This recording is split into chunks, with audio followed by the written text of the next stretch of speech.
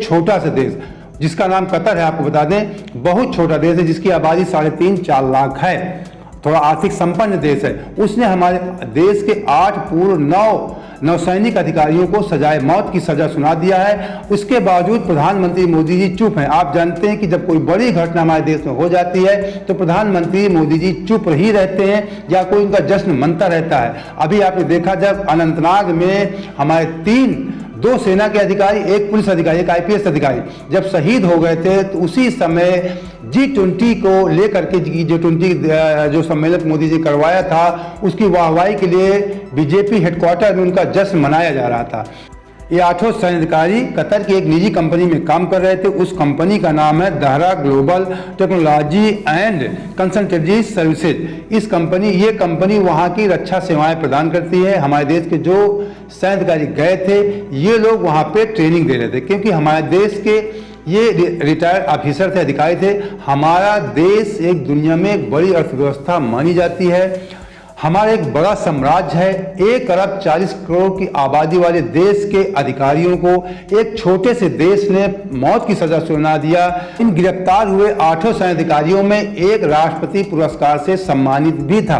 2019 में राष्ट्रपति रामनाथ कोविंद ने उसे राष्ट्रपति पुरस्कार से सम्मानित भी किया था। उसी जो उनका नाम है पूर्णेंदु तिवारी।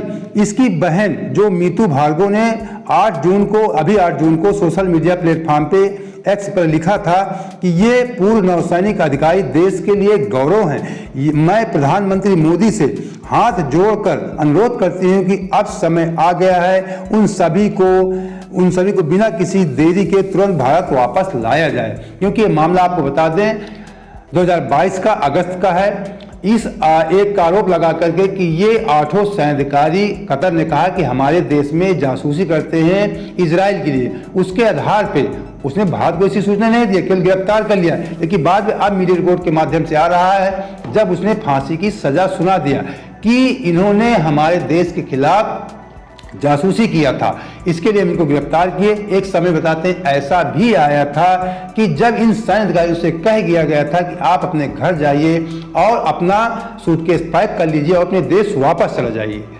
मतलब यही हमारे देश का समझौता भी है। भारत का और कतर का बताया 2015 में प्रधानमंत्री मोदी जी के साथ ये समझौता भी हुआ था कि हमारे देश का कोई अपराधी है तो उसे या तो छोड़ दिया जाए या हमारे देश वापस भेज दिया जाए। हमारा देश उसको जो सजा हो उसको सजा हमारा देश देगा। तो उसी के तहत कतर ने बीच में समय आया, लेकिन सूटकेस पैक करने के बावजूद फिर क्या हुआ, अचानक इन लोगों को फिर से जेल में डाल दिया गया। जब इन सैन्य अधिकारियों को मौत की सजा सुनाई गई तो विपक्ष सत्ता पक्ष पे हावी हो गया। कांग्रेस के सीनियर लीडर जयराम रमेश ने X पर लिखा कि कतर में भारतीय नौसेना के 8 पूर्व अधिकारियों से संबंधित अत्यंत दुखद घटनाक्रम भारतीय राष्ट्रीय कांग्रेस ने बेहद दुख, पीड़ा और अफसोस के साथ संज्ञान लिया है। हम आशा और अपेक्षा करते हैं कि भारत सरकार कतर सरकार के साथ अपने राजनीतिक प्रभाव का जितना अधिक से अधिक हो सके उपयोग करेगी ताकि ये सुनिश्चित किया जा सके कि अधिकारियों को अपील करने का भरपूर सहारा मिले, साथ ही उन्हें जल्द से जल्द रिहा करने के लिए हर संभव प्रयास किए जाएं। भारत सरकार भी कह रही है कि हम इस पे अपने कानूनी सलाह ले रहे हैं और जो पीड़ित परिवार उनके संपर्क में है, ऐसा भारत सरकार भी कह रही है।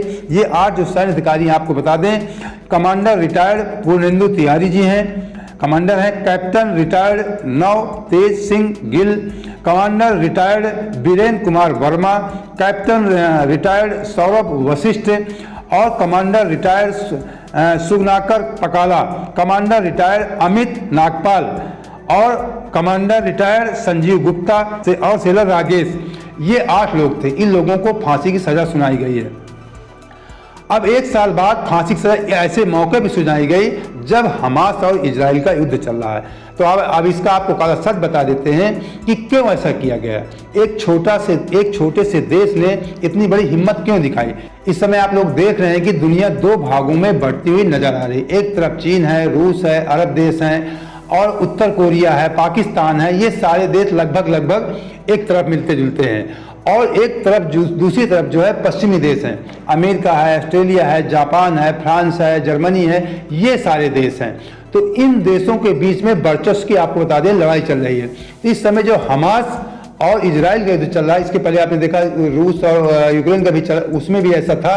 तो इस समय जो चल रहा है इजराइल और फिलिस्तीन का युद्ध, उसमें जब हमास ने इजराइल पे आक्रमण कर दिया तो भारत ने कहा था कि हम इजराइल के साथ खड़े हैं। मेरी बात को समझना। तो यहाँ पूरे देश में, हमारे देश में अंदर तमाम जो समर्थक लोग कहते कि हम स्टैंड विद इजराइल, हम इजराइल के साथ, मतलब बच्चा कि हम इजराइल के साथ खड़े हैं।